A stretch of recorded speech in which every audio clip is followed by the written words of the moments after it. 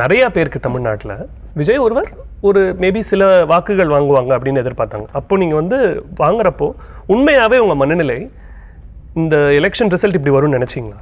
தமிழ்நாட்டில் முதல்ல தாவேக்கா ஆட்சி வரும், விஜய் முதலமைச்சர் ஆவார்னு சொன்னது நான் தான்.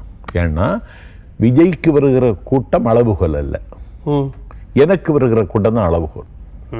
உங்களுக்கும் அவ்வளவு கூட்டம் வந்துச்சு. ஆனா அது உங்களுக்குன்னு இருக்கிற உங்களோட பேச்சுக்கான ரசிகர்களா இருக்கலாம் இல்லையா? இருக்கலாம்ல. ஆனா அது தாவேக்கா கூட்டம். கரூர்ல 80 அடி சாலையில கூட்டம்.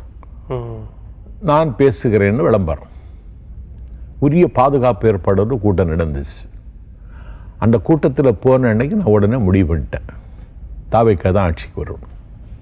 அன்னைக்கே சொன்னேன். ஏன் அந்த இந்த க்ரௌடை நான் நீண்ட இடைவெளிக்கு பிறகு இப்போது பார்க்குறேன். நான் 1989 கலைஞர் முதலமைச்சர் ஆவதுக்கு முன்னாடி பார்த்த க்ரௌடை நாஞ்சில் சம்பத் 37 வருடங்களுக்கு பிறகு கரூரில் பார்த்தேன், விஜய்க்காக. ஆமாம் சார், இது வந்து ரொம்ப பெரிய வார்த்தையாக இருக்குல்ல. இது வந்து இவ்வளோ ஆண்ட இவ்வளோ எக்ஸ்பீரியன்ஸ் இருக்கிற ஒரு கலைஞரையும் இப்போ அது முதல்ல பார்த்து இது ரெண்டுத்தையும் சேம்னு சொல்கிறீங்க இல்லையா நீங்கள்?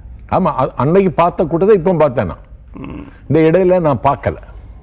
அப்போ தலைவர் விஜய் தான் முதலமைச்சர் ஆவார்னு நான் முடிவு பண்ணேன். தலைவருடைய கூட்டம் அதற்கு அளவுகோல இல்லை, அவர் ஒரு ஸ்டார், எல்லாரும் வருவாங்க. நாஞ்சில் சம்பத்னா பேச்சு கேட்கறதுக்குன்னு வர்றவன். அப்படி வந்தாங்கன்னா மக்கள் மாற்றத்திற்கு முடிவு. அதுவும் கரூரில் வந்தாங்க.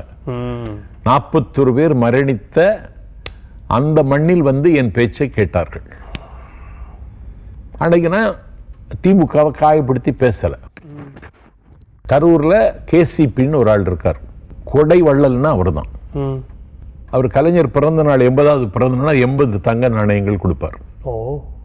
81வது பிறந்த நாள் 81 தங்க நாணயங்கள் கொடுப்பார். திமுக தொண்டனுக்கு வாரி வாரி கொடுத்தார். இன்றைக்கு சொந்த வீட்டை விற்கிற நிலைமைக்கு அவர் ஆளாகி இருக்கிறார். இத்தனைக்கு எம்பியாக இருந்தவர்.